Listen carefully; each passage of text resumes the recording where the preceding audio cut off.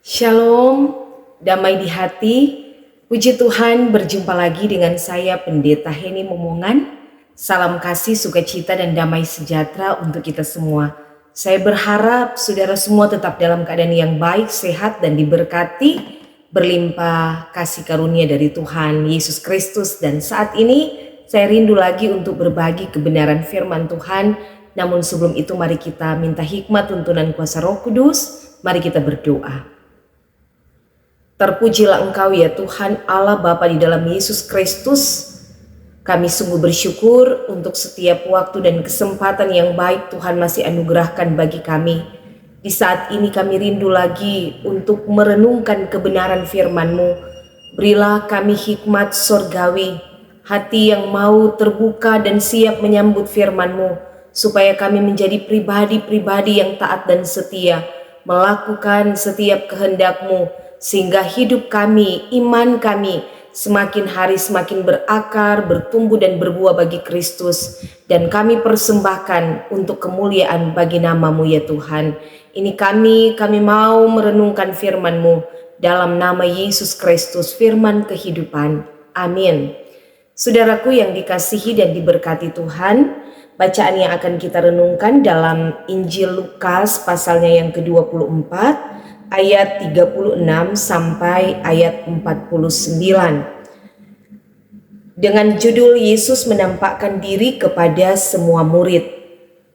Dan sementara mereka bercakap-cakap tentang hal-hal itu, Yesus tiba-tiba berdiri di tengah-tengah mereka dan berkata kepada mereka, "Damai sejahtera bagi kamu."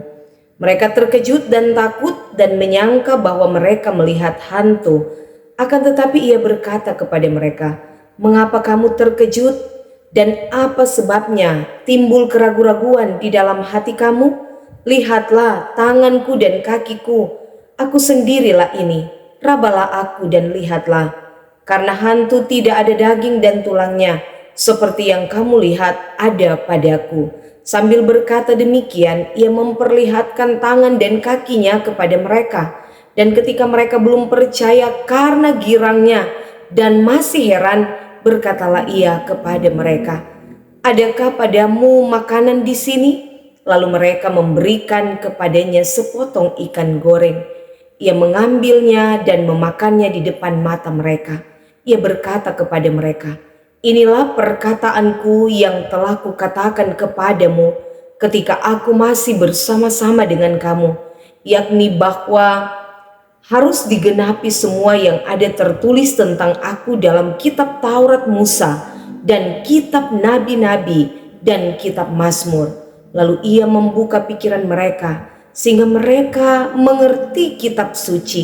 Katanya kepada mereka, "Ada tertulis demikian, Mesias harus menderita dan bangkit dari antara orang mati pada hari yang ketiga. Dan lagi dalam namanya berita tentang pertobatan dan pengampunan dosa harus disampaikan kepada segala bangsa mulai dari Yerusalem. Kamu adalah saksi dari semuanya ini, dan aku akan mengirim kepadamu apa yang dijanjikan Bapakku, tetapi kamu harus tinggal di dalam kota ini sampai kamu diperlengkapi dengan kekuasaan dari tempat tinggi." Demikian jauh pembacaan Alkitab. Saudaraku yang kekasih dalam Tuhan Yesus Kristus, tema perenungan saat ini, Yesus makan membuktikan ia bangkit. Nah saudaraku, untuk memastikan sesuatu hal, kita perlu pembuktian. Artinya bahwa manusia pada umumnya baru akan percaya bila sesuatu itu sudah dibuktikan kebenarannya. Karena terkadang kita manusia masih ada keraguan-raguan. Kata ragu-ragu dalam Kamus Besar Bahasa Indonesia artinya bimbang, kurang percaya. Seperti para murid Yesus. Meskipun mereka telah mendengar berita yang begitu menggemparkan di Yerusalem bahwa Yesus telah bangkit, tapi masih saja ada keraguan di benak mereka. Hati mereka begitu lamban untuk mengerti dan memahami apa yang sudah pernah dikatakan baik oleh para nabi maupun yang dikatakan oleh Yesus sendiri kepada mereka sebelum dia mati. Di ayat 25-26 perikop sebelumnya, pada saat Yesus menampakkan diri kepada dua orang murid di jalan ke Emmaus, Yesus berkata, "Hai kamu orang bodoh, betapa lambannya hatimu, sehingga kamu tidak percaya segala sesuatu yang telah dikatakan para nabi. Bukankah Mesias harus menderita semuanya itu untuk masuk ke dalam kemuliaannya?" Nanti sesudah Yesus duduk makan bersama-sama dengan mereka, lalu ia mengambil roti, mengucap berkat, memecah-mecahkannya dan memberikannya kepada mereka. Barulah terbuka mata mereka. Mereka menyadari dan mengenal Yesus. Mereka kembali ke Yerusalem dan menceritakan semua yang terjadi kepada ke-11 murid Yesus. Yang kemudian di pasal 24 ayat 36-49 bacaan kita saat ini diceritakan tentang Yesus yang tiba-tiba muncul dalam ruangan di mana murid-muridnya berkumpul dan bercakap-cakap tentang kejadian yang baru saja mereka alami. Yesus memberi salam kepada mereka, "Damai sejahtera bagi kamu." Salam ini memang biasa diucapkan oleh orang Yahudi. Damai sejahtera artinya tenang, aman, tanpa permusuhan, sehat, makmur, dan sejahtera. Salam ini juga menunjuk pada damai sejahtera dan keselamatan dari Tuhan Allah bagi para murid. Mereka terkejut dan takut serta berpikir bahwa mereka melihat hantu. Sehingga Yesus pun berkata, "Mengapa kamu terkejut dan apa sebabnya timbul keraguan-raguan di dalam hati kamu?"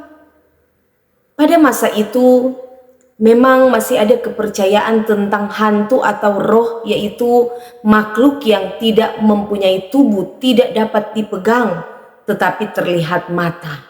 Oleh sebab itu Yesus meyakinkan para murid bahwa ia bukan hantu dengan meminta mereka menggunakan mata dengan baik. "Lihatlah tanganku dan kakiku." Bekas luka menunjuk pada tanda-tanda penyalipan. "Aku sendirilah ini. Rabalah aku dan lihatlah, karena hantu tidak ada daging dan tulangnya seperti yang kamu lihat ada padaku."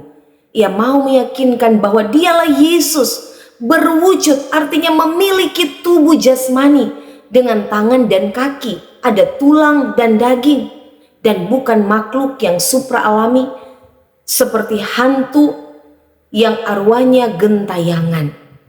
Ketika dilihat bahwa mereka belum percaya dan masih saja heran, sehingga untuk memastikan maka Yesus meminta sepotong ikan goreng dan memakannya di depan mata mereka.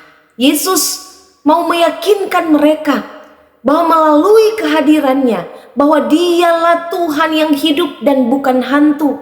Dia telah bangkit dengan tubuh yang mulia sehingga ia bisa hadir di setiap tempat dan ruang tanpa batas. Selanjutnya Yesus mengingatkan mereka tentang hal-hal yang telah dikatakannya ketika ia bersama-sama dengan para murid dalam berbagai pelayanan dan pengajaran sebelum ia ditangkap, sebelum ia menderita sengsara, disalib dan mati. Apa yang telah terjadi adalah sesuai dengan yang telah tertulis dalam kitab Taurat, kitab Nabi-Nabi, dan kitab Mazmur. Yesus berusaha menolong mereka untuk mengingat bahwa Mesias harus menderita, mati, namun bangkit dari antara orang mati pada hari yang ketiga. Bangkit berarti hidup kembali. Selanjutnya Yesus menyampaikan tentang tugas penting yang harus diberitakan oleh para murid kepada segala bangsa, yaitu berita pertobatan dan pengampunan dosa. Bertobat berarti berpaling dari jalan yang sesat, hal-hal yang jahat, dan hidup taat kepada Allah yang telah mengampuni dosa-dosa manusia melalui Yesus Kristus. Berita besar inilah yang harus diberitakan mulai dari Yerusalem sampai ke segala bangsa di seluruh penjuru dunia. Kamu adalah saksi menunjuk pada siapa tugas ini diberikan.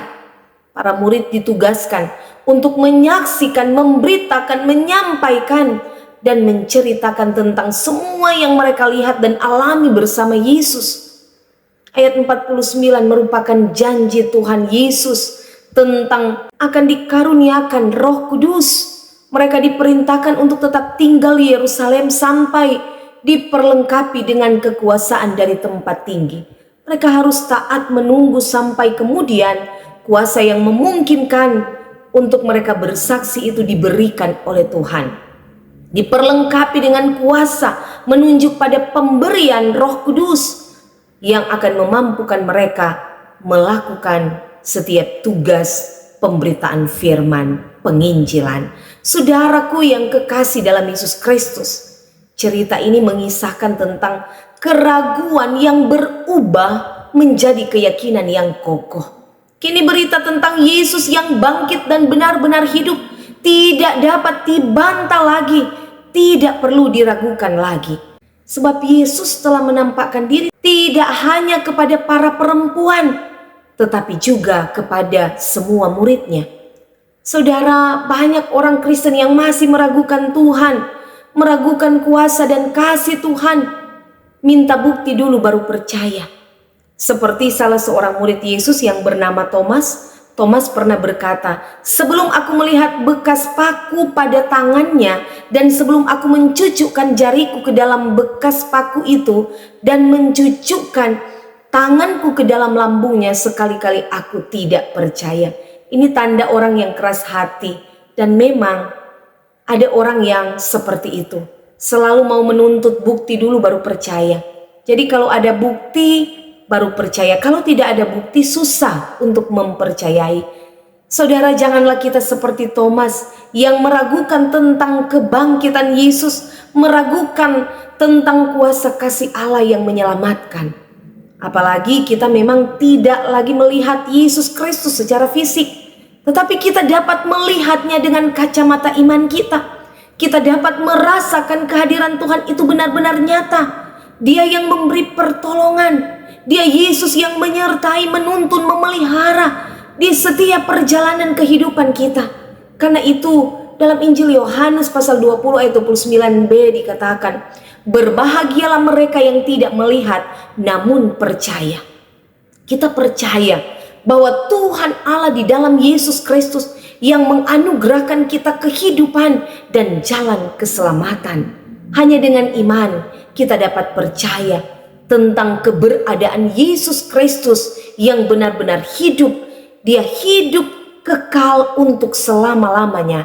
Dan dia selalu ada menuntun.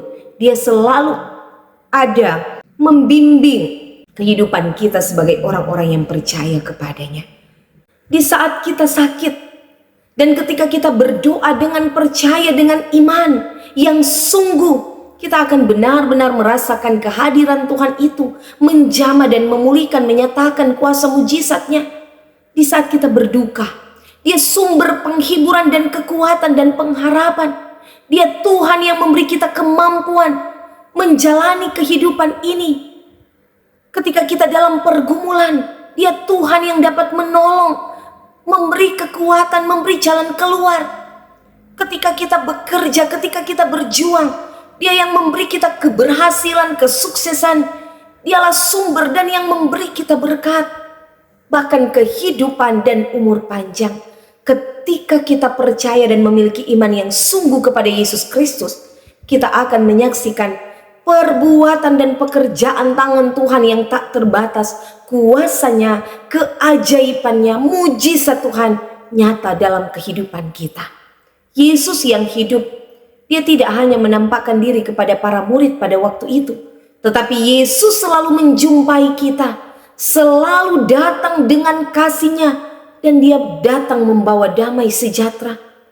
Karena itu marilah kita sebagai orang percaya, dimanapun kita pergi dan berada, baik di tengah keluarga, dalam hidup berjemaat, bermasyarakat, di tempat kita belajar, bergaul, bekerja, dalam segenap tanggung jawab kerja, karya, pelayanan kita, kiranya kehadiran kita pun membawa shalom dari Allah, memberi semangat bagi mereka yang berputus asa, membawa penghiburan bagi mereka yang berduka, mendoakan mereka yang sakit dan yang dalam pergumulan, membawa damai di tengah perselisihan, membawa sukacita dan pengharapan bagi mereka yang merasakan ketiadaan pengharapan, menguatkan bagi mereka yang lemah dan dalam kekalutan hidup, mengampuni bagi mereka yang pernah menyakiti dan melukai hati kita, berbagi berkat dengan mereka yang dalam kesusahan dan yang membutuhkan berkat, membutuhkan uluran tangan kasih dari kita.